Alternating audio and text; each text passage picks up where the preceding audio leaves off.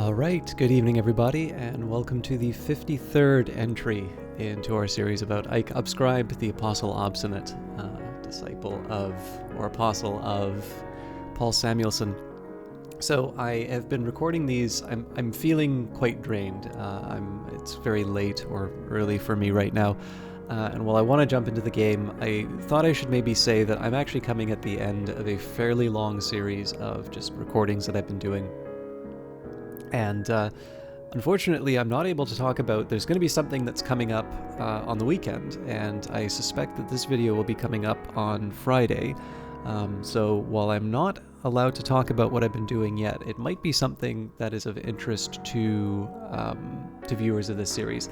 So the way I'm going to handle that is I will do a pre-recorded video, and when I'm given the go-ahead to announce that thing, I'll put it live, and everybody will be ready to go. But I do need to apologize for the last couple of videos, because I am just... I'm starting to feel the effects of the evening. But with that in mind, Ike is actually also feeling quite drained as well, given his sickness, so I'll say that I'm doing this in character. We've been taking care of the last leads on the continent. And one thing I forgot to mention about our encounter with JC was I never appreciated from my original playthrough of the Apostle was how the removal of my my physical stat has actually like the effect that had on me, and across a few different ways. So for instance, the most direct way that I've been feeling it has been I've lost a very reliable way of getting my vitality. I now have a risk of getting injured every time I go to the workplace. And then when it comes time to upgrade some of this lore, we're going to be seeing some situations where it actually would have been helpful to have that physical trait as well. And I wasn't really thinking of that at the time that I sort of put that into the fight. But then that's also why I still find this kind of fun and interesting to play, because what I did as either an optimal or my chosen play style when I did this originally isn't necessarily what I want to do the next time around, and so I'm still learning a few new things or rediscovering some old ones. So with all of that in mind, let's carry on. We're going to be getting rid of the numbered stones. We will try and scoop up any reputation that's still bothering us. I think we're good to go there. So instead we'll just take the Callagine to go and clear out some evidence. Oh, no one understands us, or else they understand us too well. So I think on this one I'm just going to let the Mystique run through. I should probably wait a little while with the Callagine before I send them off to take care of the evidence. My own heart pumps more strongly today, so we'll leave that off to the side. And yeah, at this point I think I'm just going to sit with the talk verb available. Alright, as the captain destroys each let's go from the beginning here. An account of the founding of Mycenae by the Asgard captain, who first slew 7 monsters to make the land safe. As the captain destroys each monster, a flood of blood rises higher until at last a priestess drowns and is reborn as a serpent goddess. She blesses the captain and departs for the house above the forest, leaving Mycenae to reign supreme after the flood of blood subsides. The Colonel has been many things in many ages. He is blind, he is deaf, he cannot be wounded, he cannot be denied. His names are cunning as only the very old can be. Oh, I've actually got that one before, but it doesn't hurt to hear the good writing a few times over. Okay, so let's think a little bit about next steps. I think I said I was going to go for the Secret Histories text, so the Morphe Codex, a text of the Sisterhood of the Knot, unearthed by Evan Morphe. That is not my Aramaic scholarship. This is my Aramaic scholarship. So let's translate that, lock the study door, the work begins, and we'll leave the talk verb open just for a little bit longer while we wait for the weary detective to work on the evidence.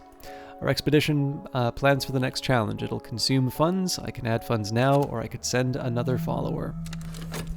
Okay, more sickness. Let's see. I think we need to deal with Moth first, so let's send... Elizabeth might perish. So we'll send Sylvia. especially because it would get a little extra knock out of that. Although I think Enid and Neville will still be the dream team there. And then exotic cravings. What hungers drive us?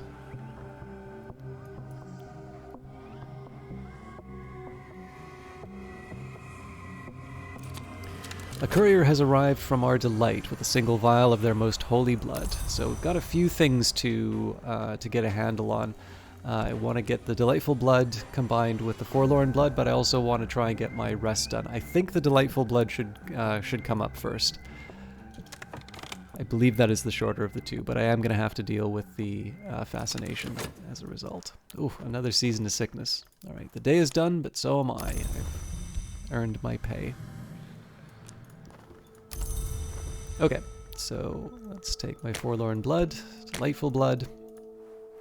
I received a little vial of a delight's blood via courier. A delight's instructions are written herein in tiny tangles of cellular script. We can taste them as they will taste us. If we waste it, our delight will wax wroth. I consume the little vial of blood, lie back, close my eyes. Tomorrow I will be stronger. And back to work.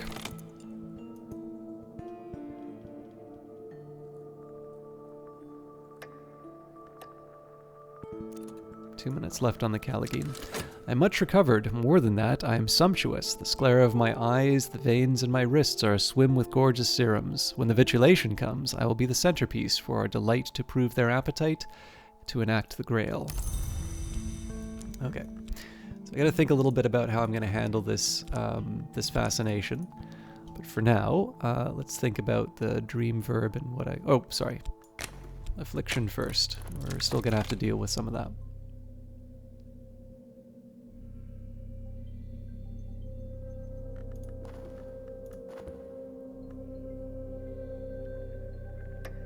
Okay.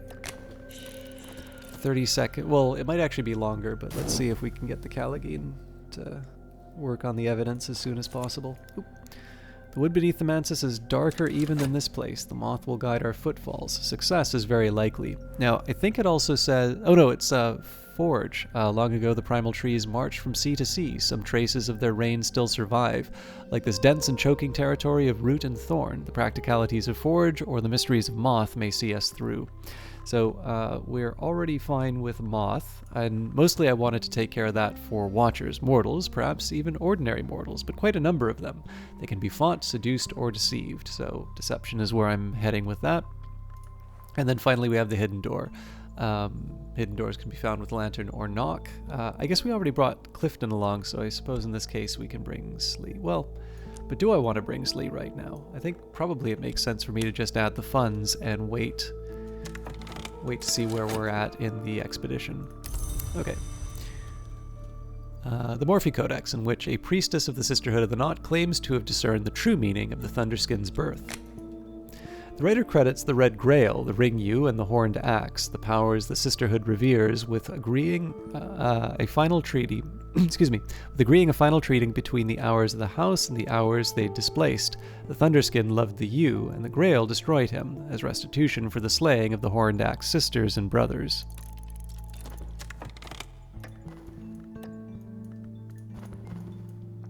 There's something up ahead. We've made it through the forest. Alright, I shrink and grow pale. Fatigue chokes my throat. I must ensure that my death serves a purpose. So this is just regular sickness. I've become unwell, and unfortunately the season of visions has shown up, so unless I come up with some dread really quickly, or alternatively I try and upgrade one of my disciples, unfortunately I think we're going to have to deal with some fascination problems. Given that... Well, there's one thing that I can do. I suspect probably reading this winter book would help. I'm certain that my adversary has lodged a copy of their notes elsewhere, with their solicitor, with their superior, or even with a contact in the press. This is troubling. Let's take the tentative evidence. A hunter has found evidence, real or imagined, of my sins, and we've already primed the Callagine, so my scheme will most likely succeed. There's always a chance that something will go awry.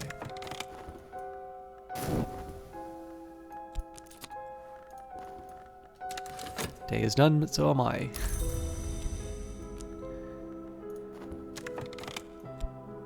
So I believe that should be all the vitality I need for the next little while. I suppose I could try painting. Expedition plans for the next challenge. It'll consume funds. Or I could add funds now or send another follower. We have all the moth that we need, so I think I'm just going to hold back on that for now. And I hate seeing this work verb empty, but I don't actually have... Oh, sorry, there is one thing I can do here. Because I don't have any notoriety and I'm not going to be generating it anytime soon. This is not a pleasant conversation, but it may be a necessary one. I await word. Oh, this might generate notoriety. Yep. My minion has not returned. They have failed, and their blundering may have attracted attention. Alright, well, I just made life difficult for myself. But we can get Leo on the task, and then we will just summon a Callagine through other means. Where did Leo go? Here we are. Obviously, it doesn't just have to be Leo, but he's served us well. The Thunderskin entered the Mansis through the Peacock Door, a privilege never given to the witch and sister, but then their merit was much less. The writer admits that entry through the Peacock Door is unseemly, but insists that under the circumstances there was no other way. So, oh, another forbidden epic. Okay, so not as exciting there. In this case, I don't have the erudition, I believe. So in this case, the library would be helpful. Although, to be honest... Sorry, erudition. Erudition is the reason. So no, this is not settled yet. Yeah, erudition and glimmerings are easy to get. Sorry, like I said, little dazed. All right, so we're currently working on the Watchers. Look closer, closer still, closer. Keep looking closer. Now close your eyes. You know, I have an idea about how I might be able to deal with this Callagine. It does mean I need to leave the slot open, but... Okay, let's try and get rid of the fascination one way or the other. The world does not weep. Brown Joshua found this in a well in Hamath. There's an unlikely story that it was abandoned by Alexander during his retreat from Issus. So we will translate the Aramaic again. I really don't have that much in terms of priorities for the order for the remaining ones. Right, this illness has damaged my health. I will need to rest before I'm fully recovered. And a season of despair coming up, so that's going to blunt my ability to nullify the fascination. In fact, yeah, there's nothing I can do to fix that. Alright, unlucky me. Well, hopefully we can at least take care of the notoriety in time.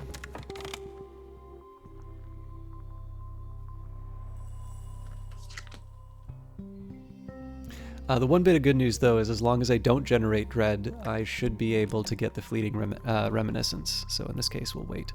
The bewilderment is our opportunity. We will pass in silent secrecy.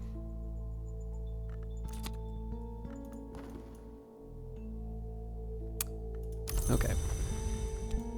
So I would love to use the dream slot for something else, particularly grabbing a little bit of forge.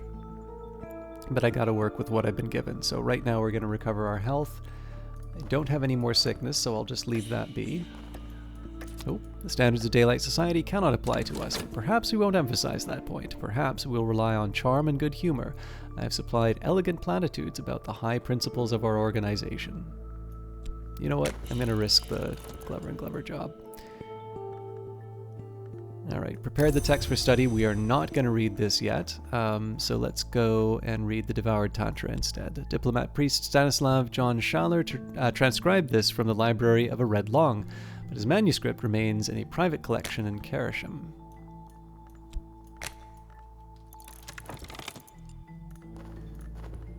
So the risk here is that we fail in this effort, and the notoriety gets picked up at the Glover and Glover job, but there is the possibility that if it was maybe, well no, if it was a bit earlier, it still would have picked up the notoriety, but I'm hoping that the time that it takes will...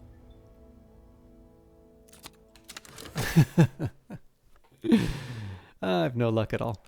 All right, no one understands us, or else they understand us too well. So you can just imagine sitting down in the board seat just to get the news.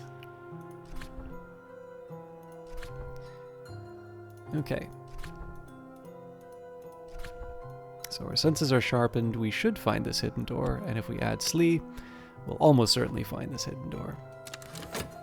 Is there anything I want to do with the talk verb right now? No, we're just going to leave that alone.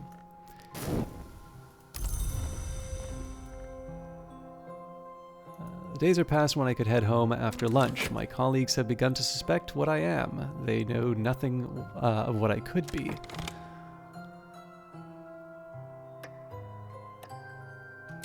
Oh, actually, we are ready for some forge, though, so what am I doing? Stag door. In my dreams, I know the path to the stag door through the maze of the bounds. Gearby will let me pass, but the path is always a puzzle. I will need reason. Alright. I review the tidy of columns of figures in my tiny fifth-floor room. From my office window, I can see the river. My secretary brings me a hot drink every 59 minutes. The river is the color of rain. Alright, so I'm happy that I didn't get sort of a written warning, but I do need to be a bit more careful of this. So we prepare the text for study. Don't see any reason not to read the Devoured Tent. Well, actually, Dread will have already been taken care of. So now we can read The World Does Not Weep. The unknown adept who wrote this proclaims, "The world forgets, but the ivory dove does not." The text contains a number of prescriptions for ensuring that certain acts are remembered, including a rite which requires a sacrifice in a particularly monstrous mode.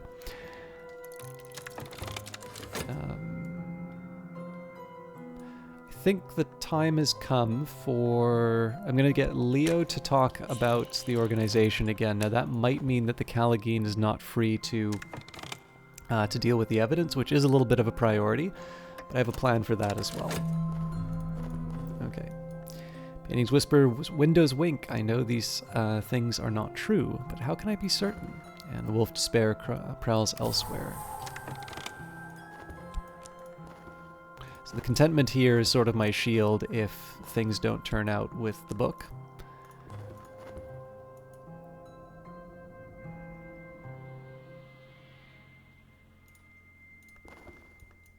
Faint lines in stone, a surface that yields to pressure. We found it. The hidden door moves with a grating shudder and a shower of dust. So in 30 seconds, we'll generate a notoriety, which will hopefully be picked up by Leo, and I don't need to worry about it anymore. I am, however, not going to risk my board seat again.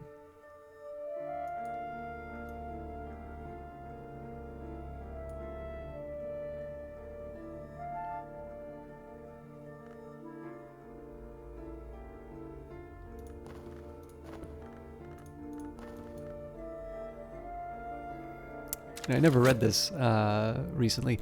The stag door is the adept's gate. To pass it is to be initiated into the first true mystery of the House of the Sun. The head Gearby weeps to see me enter where it cannot, but it must let me pass. The scarred valves of the door grind open. Okay. Oh, perfect. Possibility of sparks, a sixth order influence. The signs are unmistakable. This can be used in some rites to summon minions. So before we got the Cinnabar amulet, this was particularly useful. It's still better because this is level 4, but Gearby was weeping again. I scooped up his molten tears in my cupped palm. In the dream, my skin peeled and blistered, but only in the dream. So if we take the sunset right, we will put the offering in. We do still need some knock, so in this case I don't think I can get away with the Gemini. Oh, that's right. I can't use... I think it's the right of the map's edge that lets me use it. Either way, it's just as easy for me to bring Neville in as the assistant, and then we use the operation of the Declining Sun. Forge for the Smoky Spirit summoning, Winter for its binding. It must know who will rule it. The hours try to bury the memory of what happened to the wheel, the flint, the tide, and the seven coiled, but the dove won't permit it, nor will he permit what happened to the first egg to be forgotten, although it is perhaps the one thing that the watchman might ever forgive. So here's the invocation of the ivory dove, and turns out I was a little too paranoid about the dread. It wasn't something that applied in this case. We do have a new bit of lore. So the invocation of the ivory dove. There is a power that commemorates and grieves, from whom nothing is taken, but who cannot be deceived. You might expect to be able to crush him in your hand into bird bone fragments. And we have the right of the beast division. The assistant's name is taken from them in a place or on an occasion of power, and they are divided into 9 parts. They used to be hunted like an animal too, but times changed. And I think we're gonna run a little bit over here just so that we can get the unnumbered stones taken care of. So the moonlight bleaches the grass to winter. All around the stones loom. Here in the tumulus side, beneath the turf, is a stone that will rise like a trap door. We must put our backs into it. And let's read the Devoured Tantra now. The diplomat priest Stanislav John Schaller transcribed this from the library of Redlong, but his manuscript remains in a private collection in Karashim. The Devoured Tantra warns of the uses and dangers of appetite, but devotes an entire passage to the star-limbed hunger-bringers, who it describes with obvious affection. I don't recall if I've ever brought in one of the star-limbed hunger-bringers. Mirrors are calm, the sun is steady, the glory recedes. I'm sane if that means anything. No fascination drives your visions. It's over for now. And another vial of blood coming in, which will eventually translate into restlessness.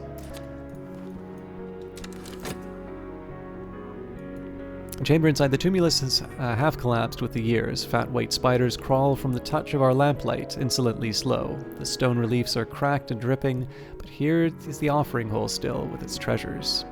Okay, so we've got Slee back. There's Sylvia, Pope Clifton, Callagine, which may expire, definitely will expire now. Piebald pigment, xanthotic essence, so that's another forge. This will be a sort of a it's not a pigment, but it is an ingredient. In certain operations of the forge, sunlight is sent to overcome moonlight as we pass from the Miniscate to the Madrigard. This essence was mercury once, but now it's the rich gold of a summer afternoon. Pretty. And labitic grains. Lambites are the youngest of the lionsmith's servants. When rendered to powder, they retain their potency, but not their beauty. Not to be used in painting. All right. So we will do one last run on the unnumbered stones just to get rid of it. In fact, I can do that right now. The reason I'm doing that is it just lets me keep the Callagine around for a little bit longer. But yes, on the next broadcast we will deal with the remaining unnumbered stones. Again, I will be hopefully posting a video sometime over the weekend. It should be relatively early in to announce the thing that I'm doing. It's going to be a time-sensitive thing, but I don't know. It'll make sense when you see it. But as always, thank you very much for watching. I do appreciate you dealing with me the last few videos, just as my energy's been getting a little bit lower. I will try and do my best for next week to bring things up. As always, please do leave a like or a dislike if it wasn't for you. I do love reading the comments, and if you're not subscribed to the channel already, I would love it if you would subscribe. I've been looking to grow, and Cultist Simulator has been wonderful for that. Enjoy your weekend, and I will see you all on Wednesday.